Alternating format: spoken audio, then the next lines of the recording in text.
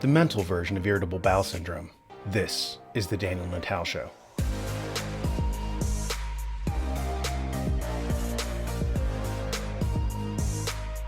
An article was brought to my attention.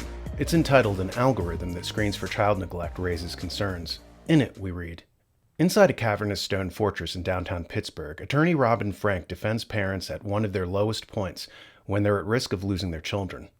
The job is never easy, but in the past, she knew what she was up against when squaring off against Child Protective Services in family court. Now she worries she's fighting something she can't see. An opaque algorithm whose statistical calculations help social workers decide which families will have to endure the rigors of the child welfare system, and which will not. A lot of people don't know that it's even being used, Frank said. Families should have the right to have all of the information in their file. As we segue into the Great Reset, and many of our politicians sing the praises of Chinese-style social credit systems, something bears pointing out. The fight of our generation is against technocracy. Many in the counterfeit conservative sphere are pretending as if the fight is still against communism. They have these elaborate debates on capitalism versus communism. They want us distracted from the emerging technocracy, so they have us preoccupied with things that are as irrelevant as the dangers of flappers. Here's the thing. In case you haven't noticed, the communist takeover already happened. Back in the 1930s, to placate radicals, Western governments turned into welfare states, adopting many of the tenets of Karl Marx. They figured that if they gave the people at least a little socialism, then it might stave off more virulent forms. Incrementally, though, a little socialism turned into a whole lot of it. Look at all the planks of the Communist Manifesto that we already have embraced, from centralized control of education to a graduated income tax. And speaking of that income tax, it was by this method that they stripped away people's ability to own property.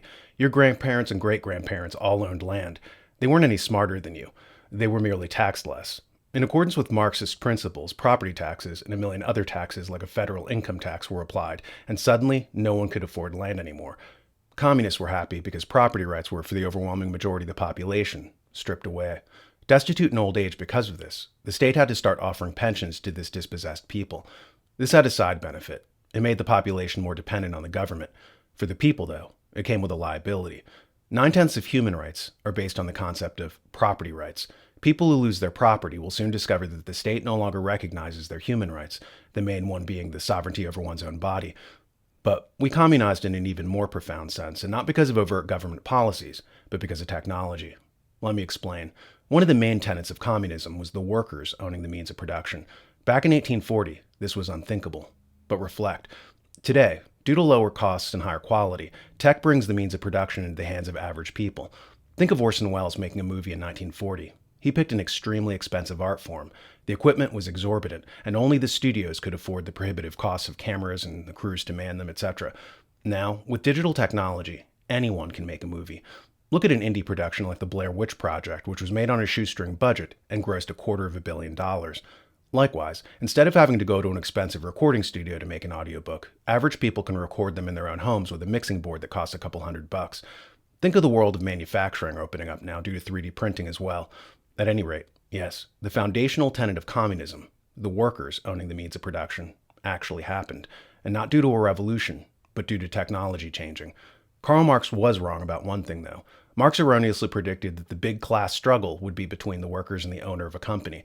At the time, Marx couldn't have foreseen the rise of a third class, a manager class. This happened because companies evolved. Instead of a single owner, like Henry Ford, the advent of stock shares diluted the ownership of a corporation. So instead of a single monolithic owner, there were now millions of owners.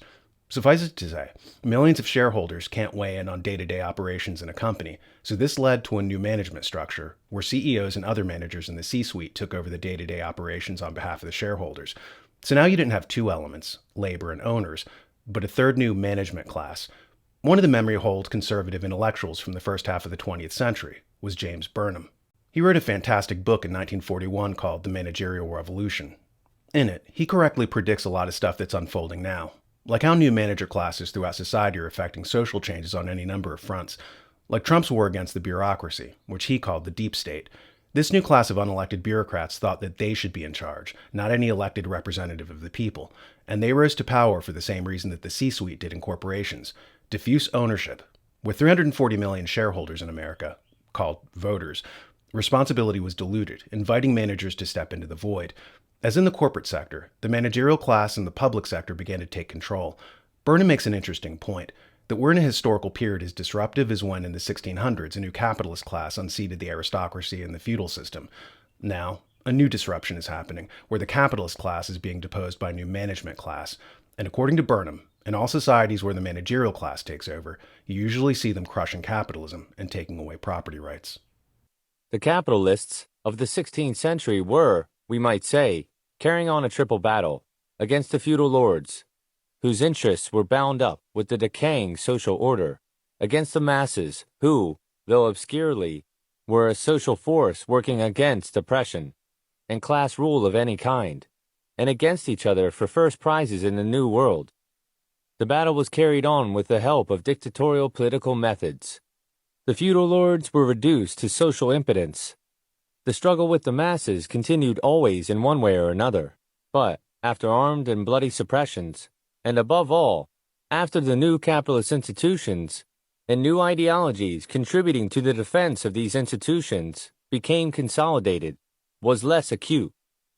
The third aspect of the triple battle went on, though after the reduction to a subordinate place of Italy, Spain, Portugal, and Germany, and as long as many new sections of the world remained open for adventure, it, too, was less sharp and dangerous.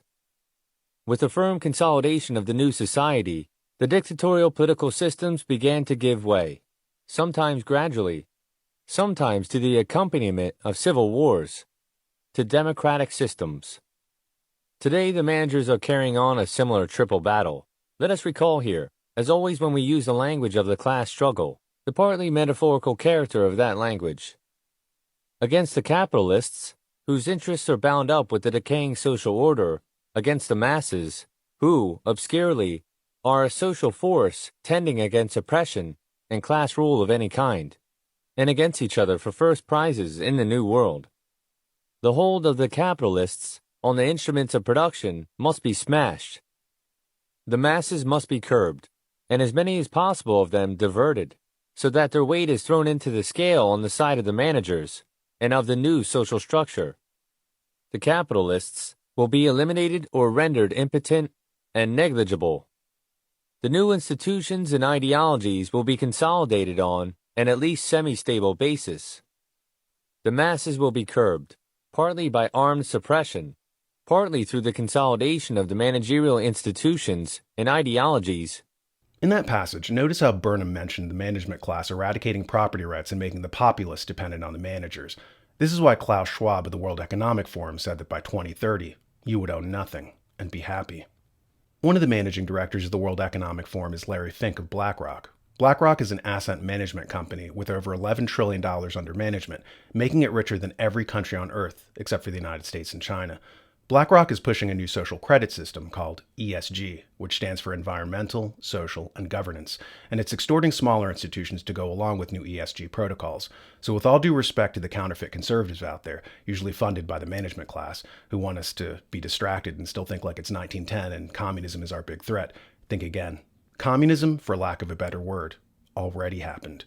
The battle for our generation is against technocracy, against social credit systems, against human medical experimentation and transhumanism, against what James Burnham calls the Managerial Revolution.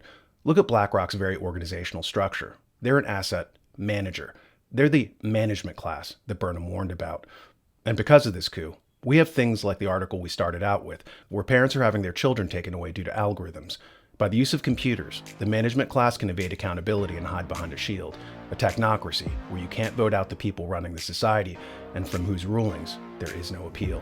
The point is, don't get distracted by Pied Pipers whose job is to sidetrack you and divert you from the actual fight.